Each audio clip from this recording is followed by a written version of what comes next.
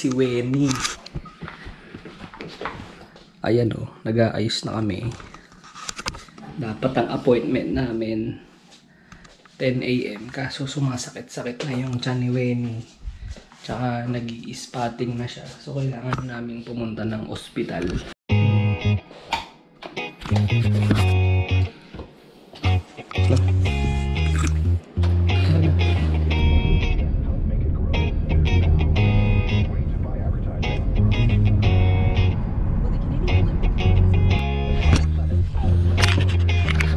Thank you.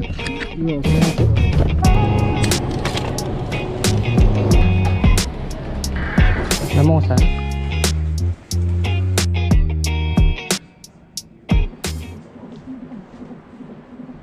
Hindi ako marunong bumasa eh.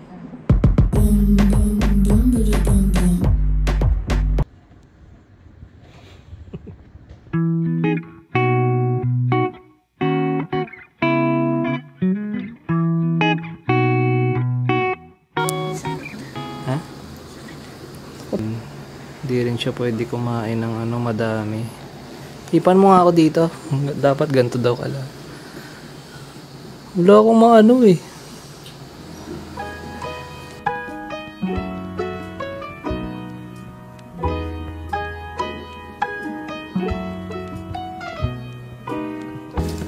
So, oras natin ngayon 1:19 PM. 4 PM daw i-break na daw yung water ni Wenny nung doktor niya. OB ba yun? O family doctor lang? Nag all ages.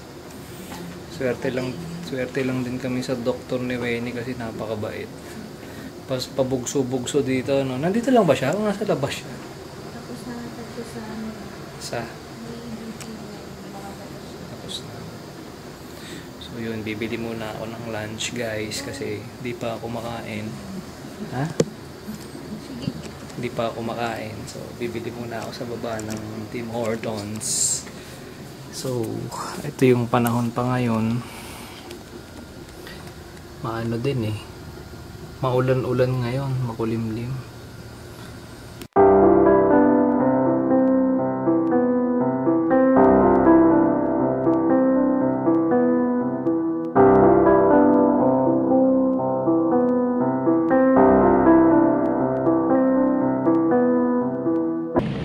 Hello guys, ako yung nagbabalik dito sa update ng labor ngayon ni Wenny. So nandito pa rin tayo ngayon sa North York Hospital. Bali dumating kasi kami dito mga alas 8 ata, umaga. Kasi nga nung around 3 AM, 6 AM, sumasak na yung tiyan ni Wenny. Dapat naka-schedule siya ng induce ng 10 AM pero napaaga kami kasi nga sumasakit na yung tiyan ni Wenny. So, ayun, nung morning, syempre parang mga test pa lang din naman. Chinek yung heartbeat ni baby, okay naman. Yung, basta yung, ano ba yun? Yung blood pressure ni Wenny chinek din. So okay din naman. From time to time yun kasi yung chinecheck ng mga doctors dito. Tapos sakto nandito rin yung family doctor namin.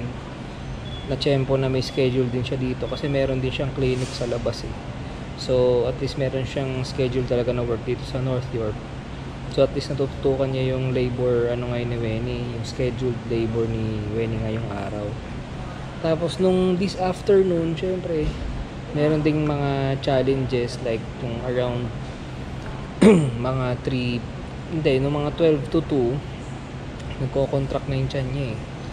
Syempre sumasakit, tapos pinapapwesto siya ng kung saan-saan, tapos lakad-lakad, tapos minamonitor yung blood pressure niya, heartbeat, puro ganun kasi yung chinecheck dito. Tapos nung mga 2:30, sabi nung family doctor na yung patubigan ba yun? Yung patubigan niya puputokin na daw. So pumutok na nung 2:30. And then after no, ng mga 3 o'clock to 4 o'clock ng hapon, ang nangyari naman is sobrang dun yung pinaka-peak na sobrang sumakit yung ano niya, sumakit yung tiyan ni Wenny dahil sa contraction. As in, yung nakaano siya, awang-awa ko, yung sinasabi niya na sa akin, dude, di ko na kaya, ganun. Gusto niya nang humilata sa sahig sa sobrang sakit. Tapos kung ano nung ginagawa na nung doktor, dun, yung parang pressure ba, may pinipindot sa likod niya na pressure. Para, tapos medyo tutuwad siya ng onte, pipindutin yung pressure para mabawasan yung sakit. So, kaya rin natagalan kasi nga yun nga, kailangan na rin siyang i-epidural kasi contraction sa tiyan niya. So nag-request na kami ng epidural. Ang problema, medyo natagalan yung request namin, umabot ng 1 hour kasi yung magtuturok ng epidural nasa kabilang session. May nanganganak din na ibang pasyente kasi ang dami rin talaga nanganganak dito kasabay na. Tapos yun, mga around 4 o'clock, 3 o'clock to 4 o'clock, syempre naghihingalo na si Mrs. Yun, dumating bigla yung nagturok ng epidural. Syempre, tuwan-tuwa kami. Tsaka awang-awa na rin talaga ako kay Wenny nung kasi parang siyang namumutla na ewan, parang hihimatayin na, parang gano'n. So, ayun na nga, na-installa na siya ng ano, naturukan na siya ng epidural. After nun, ayun, kumalma lahat. Yung epidural para is parang ano, parang basta pang pawala ng sakit, parang ganun, parang ano man tawag doon, anesthesia, kumbaga modern anesthesia sa mga buntis. So sa nerve daw yun, something. So basta to cut the long story short, humupa yung sakit. Tapos ayun, yun nga lang, bawal na siyang maglakad kasi yung paa niya daw is parang magnanumb, yung parang nangawit gano'n. So up until now, minomonitor na kung ilang cm na siya.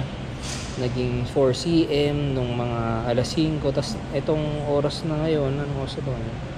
Alas 8, mga 7:30 to 8, sabi biglang 6 cm na.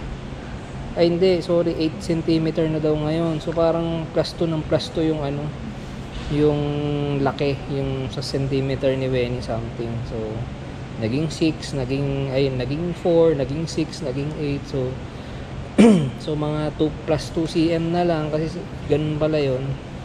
Kasi first baby namin, kaya hindi ako masyadong knowledgeable kasi nga kapag ka tumungtong pala ng 10 cm, it means yun na pala yun, pwede nang ilabas si baby. So ayun lang, bumaba lang ako saglit kasi nga bibili dapat ako ng kape kaso sarado na pala. Ayun, sarado na pala dito. So wala akong choice kundi magtubig-tubig na lang muna. Kasi nag-check ako sa Google Maps, ang layo din naman kung dadayuhin ko pa yung mga coffee shop dito sa paligid. So ayun lang, yun lang naman ang update. Siguro mamayang 10 o'clock or 11 siguro magle-labor na si Wenny. So bahala na, basta at least normal kasi ngayon iniikot-ikot siya eh, yung pwesto niya ngayon. Minsan sa kanan, minsan sa kaliwa. Ngayon parang ano siya, Indian seat na parang butterfly ganun. Kasi may monitor nila yung heartbeat ni baby kung nasa na yung ulo niya dun sa cervix. So yun lang guys, update ko ulit mamaya.